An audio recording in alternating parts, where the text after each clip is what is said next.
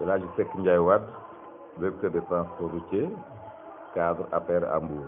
En tant que directeur des transports, on a noté ces derniers moments une recrudescence des accidents au niveau de cette agglomération. Il y a eu beaucoup de victimes. Qu'est-ce qu'aujourd'hui les autorités peuvent faire pour arrêter cette spirale? Merci de m'avoir posé cette question.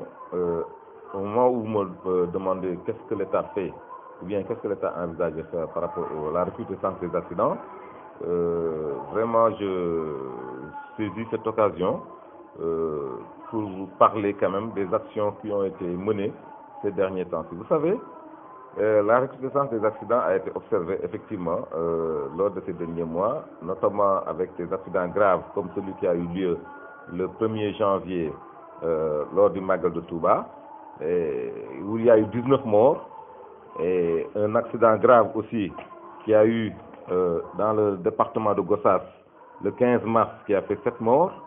Il y a eu un accident qui a fait 13 morts le 13 juin dans le département de Birkelane, 11 morts à Paracel, derrière Kaolack, 8 morts à Fourdou, c'est sur la route Linguère-Matam. Il y a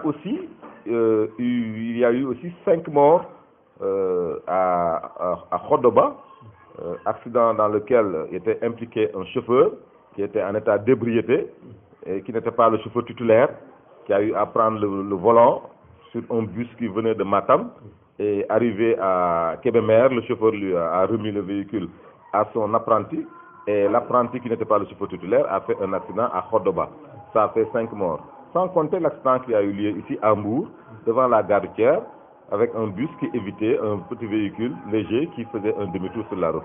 Donc par rapport à cela, l'État a pris beaucoup de dispositions. On sait que l'accident est causé par 3 facteurs. Le premier facteur, c'est le facteur humain. Le deuxième facteur, c'est le facteur véhicule. Et le troisième, c'est la route. Par rapport à la route, la chaussée, l'État a fait beaucoup d'efforts. Aujourd'hui, c'est sur les routes vraiment praticables, dans un état acceptable, qu'il y a les accidents les plus graves. Par rapport aussi aux véhicules, l'État a pris des dispositions avec la mise en place du centre de contrôle technique moderne qui est à Dakar et qui est en phase d'être installé dans les régions. Maintenant, il reste le problème de l'homme. Là, c'est le comportement. Le comportement, c'est par rapport au permis de conduire, comment obtenir le permis de conduire. Donc l'État est en train de réfléchir là-dessus. Le président Macky Sall en a parlé lors du Conseil des ministres du 4 juillet, lors du Conseil des ministres du 25 juillet et même lors du Conseil des ministres du 3 octobre. Donc l'État est en train de mettre en place un dispositif qui lui permet d'arriver à un permis à point. Ce permis à point, ce sera l'occasion d'amener, d'éviter que les accidents se produisent, que les chauffeurs soient dissuadés à un certain comportement, mais aussi qu'un chauffeur qui a par exemple fait une infraction puisse être sanctionné avec une diminution de points, mais qui a la possibilité aussi de récupérer ces points s'il accepte de faire une autre formation. Donc c'est ça l'idée qu'on a par rapport au permis à points. Mais en dehors de ça aussi, sur le comportement, l'État est en train de travailler à la formation des conducteurs. Mais aussi à l'application rigoureuse de la loi, c'est-à-dire à la limitation des vitesses. C'est la raison pour laquelle vous avez vu des dos d'âne récemment au niveau de certains artères, notamment sur la RN1 et la RN2. L'État va mettre aussi des ralentisseurs sur certaines intersections pour vraiment limiter le nombre d'accidents, le nombre de morts sur la route. Donc vraiment, des dispositions sont en train d'être prises et on avance là-dessus. Vous allez voir. Par rapport à cela aussi, hier, le 15 novembre, il y a une grande journée qui a été vraiment une journée de lancement de ce qu'on appelle l'AGIR, Alliance globale contre l'insécurité routière. C'était l'occasion hier, au restaurant Terrubi, de réunir tous les gouverneurs de région à Dakar, sur invitation du ministre, pour discuter de la manière à faire, comment procéder pour gérer le problème de l'insécurité routière. Donc, le problème de l'insécurité routière sera géré maintenant au niveau des localités.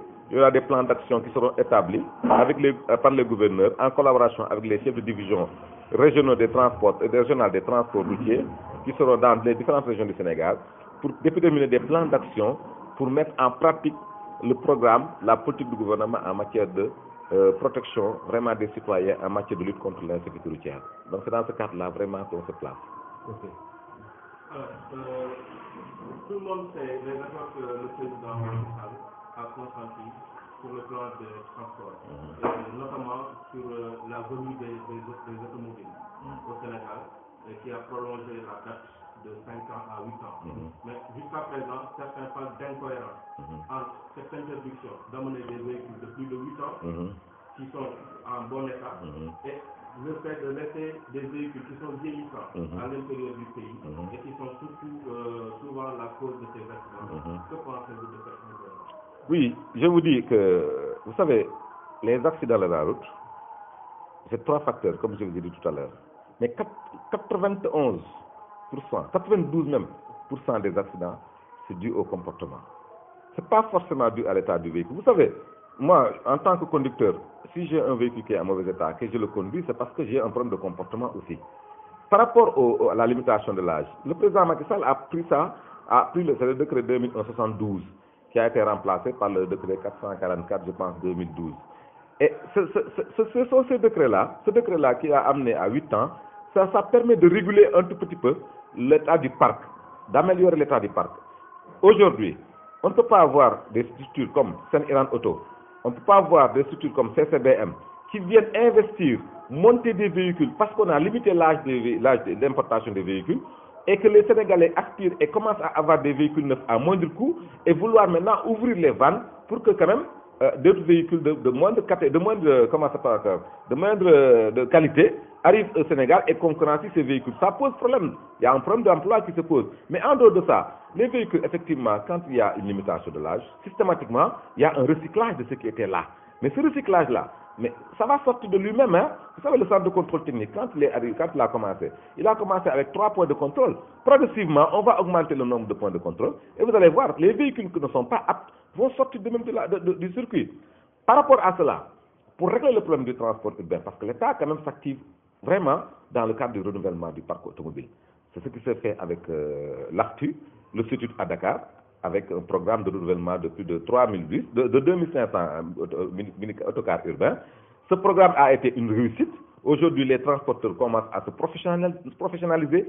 Les chauffeurs commencent à être organisés et à être mieux formés et à être salariés. Donc ce programme a été répercuté dans une ville comme Touba par un prometteur et va être répercuté aussi dans 6 autres grandes villes, notamment Thiès, Louga, Saint-Louis, Ziguinchor, Tambacounda et Kaolack.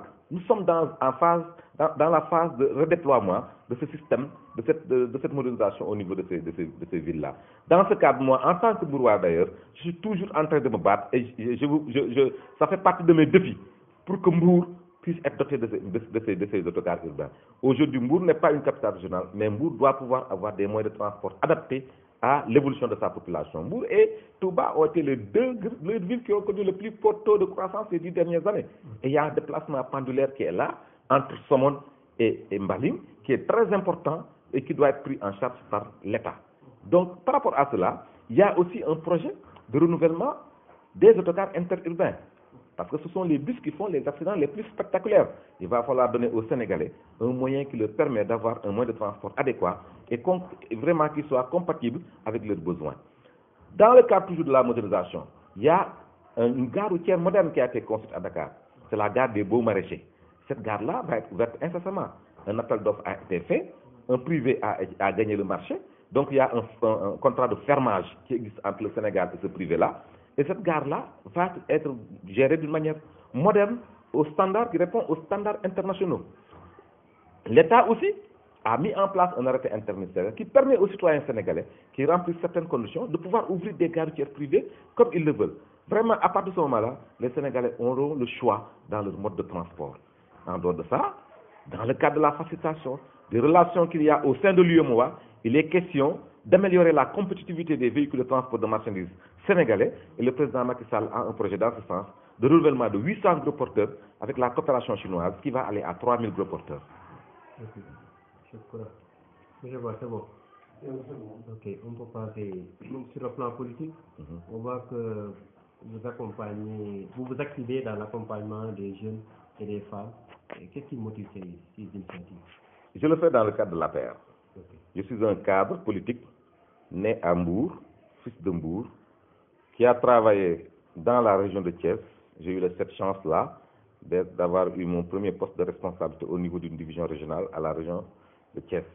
Vous savez, moi j'ai accompagné le président Macky Sall dès le début.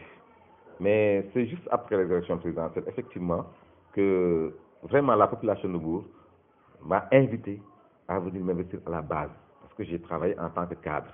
Mais je me suis senti obligé quand même, étant natif de Mbour, de venir travailler à la base. C'est dans ce contexte-là que j'ai fait une première rencontre politique importante, le 28 juin, dans le cadre des élections législatives, vraiment où j'ai réuni en 15 jours plus de 2000 personnes, pas loin de chez moi, pour vraiment faire un meeting de soutien à la coalition Benno Bokk Yakaar.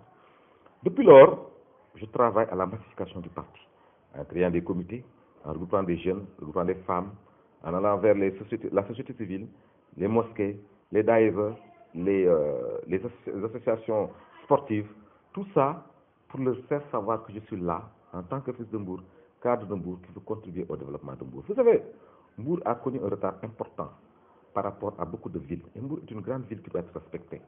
Et tout Mbour manque de respectabilité par rapport au manque d'investissement des cadres de Mbour dans le champ politique. Moi, j'ai eu à étudier les objectifs du millénaire pour le développement. De tous les 3 départements de la région de Thiès, Mbour est dernier en matière d'accès à l'éducation, en matière d'accès à l'eau potable, en matière d'accès à la santé. C'est grave. C'est grave par rapport à ce que Mbour apporte à l'État du Sénégal. Mbour est en droit de demander beaucoup plus à l'État du Sénégal par rapport à ce qu'il a aujourd'hui. Mais il faut savoir une chose, le président Macky Sall croit beaucoup en Mbour. Le président Macky Sall a fait sa première sortie dans le département de Mbour, à Sandiara. Deuxième sortie importante, quand il était venu voir des familles de notabilité comme la famille Thierno Mansour Baro, quand il a visité Orstom le 5 de ce mois de novembre. Mais le président Macky Sall va revenir encore le 29. Rares sont les départements où le président Macky Sall a fait 3 déplacements dans le Sénégal, sur les 45 départements. Donc Mbour est très en vue par rapport au projet du président de la République. Sans compter maintenant les projets importants qui attendent Mbour. Vraiment, j'aimerais bien qu'on discute de ça. Mbour a un avenir important et je pense que la population de Mbour n'est pas assez sensibilisée, n'est pas assez au courant de ce qu'il attend ces 10 prochaines années. Je veux dire par là, l'aéroport de Diass. Vous ne pouvez pas imaginer le boom que ça va amener. La zone économique spéciale. La première autoroute que le président Macky Sall va mettre en place, ça concerne l'aéroport de Diass et Mbour. Vous voyez ce que ça va faire comme désenclavement par rapport à la ville, au département. Donc il y a beaucoup de choses. Vous êtes des jeunes. Je n'ai jamais vu un jeune de Mbour me dire, Monsieur Wade, comment je dois faire pour avoir une formation au métier aéroportière. Et pourtant l'aéroport arrive. Il faut que les jeunes de Mbour se préparent, se forment par rapport à ce qui va venir. Il y a des projections à faire. Il faut qu'on leur dise ce qui se passe. Malheureusement, la communication ne passe pas dans ce sens-là. Et je vous invite, vous, les porteurs de voix, vous qui transmettez vraiment les informations aux populations, d'inciter la population de Mbour, les jeunes de Mbour, les élèves, les étudiants, à se former au métier futur qui doit arriver dans le département. Par rapport aux prochaines échéances électorales, certains observateurs ne manquent pas de dire que l'adversaire de l'APR sera l'APR au niveau de Mbour. Est-ce que vous partagez cette avis? L'APR est un parti jeune, très jeune, qui est arrivé au pouvoir sans avoir connu sa maturité. Je veux dire par là, sans se structurer. C'est la raison pour laquelle vous voyez beaucoup de tiraillements par-ci par-là, de choc des ambitions. Mais ça, c'est normal, c'est la politique. Mais je pense qu'on se retrouvera toujours sur l'essentiel. Aujourd'hui, Mbour a une particularité. Par rapport aux autres villes, vous allez dans une ville, moi j'ai vécu longtemps à Thiès, hein, vous avez au moins 3 ministres qui sont là-bas. Des députés, des PCA, des directeurs généraux, qui sont tous pour nous ce qu'on appelle des gros bonnets. Je dis ça, le choc est plus dur à Thiès, ou bien dans d'autres villes comme dans d'autres départements comme le département de Mbacké ou d'autres départements, c'est le département de Mbour. À Mbour, nous sommes tous presque des vierges politiquement. Donc la bataille est beaucoup plus saine. Seulement, il peut y avoir des crocs en jambes par-ci par-là, mais tôt ou tard, je pense qu'on va se retrouver vers l'essentiel. C'est que le parti va arriver à trouver un consensus autour d'une personne qui puisse porter la voix du parti, qui puisse représenter la partie et qu'on arrive à, dans le cadre unitaire, en tout cas pour le moment, dans le cadre de la coalition Benno Bokk Yakaar, le parti pourra s'affirmer parce qu'on arrivera sûrement vers l'unité. Est-ce que la municipalité vous intéresse? Moi, je suis un citoyen de Mbour. Je suis un bac plus 5. Je suis né à Hambourg. Je pense pouvoir être capable d'aspirer à quoi que ce soit à Hambourg. Mais au moment où je vous parle, je n'ai pas d'autre objectif que de travailler à la massification de Hambourg. Ça veut massification du parti Hambourg. Ça veut dire, je vais me faire connaître à la population de Hambourg. Demain, si je dois aspirer à un quelconque poste, c'est dans le parti que je vais poser ma candidature à ce poste pour avoir l'investiture du parti, porter le programme du parti et travailler avec une équipe du parti. Mais en ce moment, pour le moment, on n'est pas encore à ce niveau.